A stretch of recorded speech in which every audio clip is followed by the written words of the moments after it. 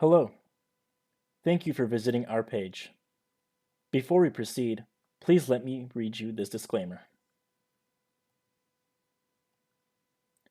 The information provided on this site is not legal advice, but is provided for informational purposes only. If you are in need of legal advice, we advise you consult with an attorney. Today, we will be discussing what a cross-complaint is, its process, and its purpose. We will answer the following questions. What's the defendant's position in the process? What is the purpose of this step? What needs to be accomplished during this step? To whom is the cross-complaint sent? When is the cross-complaint sent or filed? How is the cross-complaint sent or filed? And what is the timeline of and what is expected to happen next?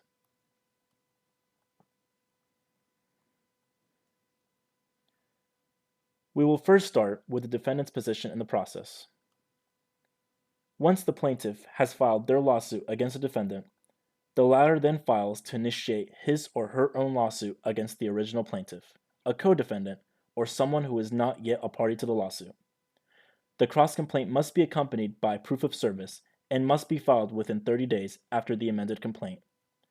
The cross-complaint must convey any cause of action the defendant has against the plaintiff who filed the complaint or any cause of action the defendant has against a person that is not already a part to the action but is liable in the issue at hand.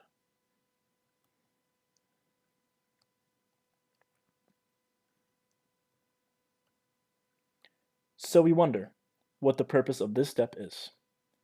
The purpose of a cross-complaint is so that a defendant files his or her own lawsuit against the original plaintiff, a co-defendant, or someone who is not yet a party to the lawsuit. It is meant so that the defendant can give his or her claim and explanation on the issue at hand, especially if he or she believes that the plaintiff was at fault rather than their own. Now, what are the requirements of a cross-complaint?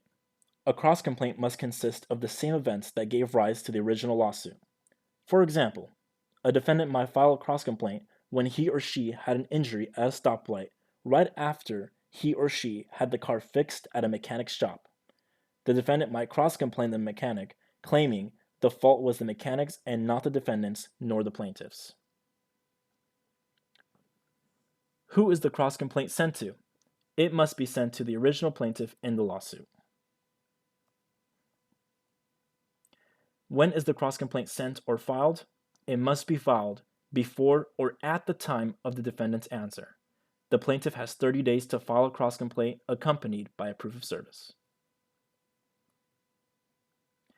As to how the cross-complaint is filed, the defendant must file the cross-complaint to the plaintiff within 30 days.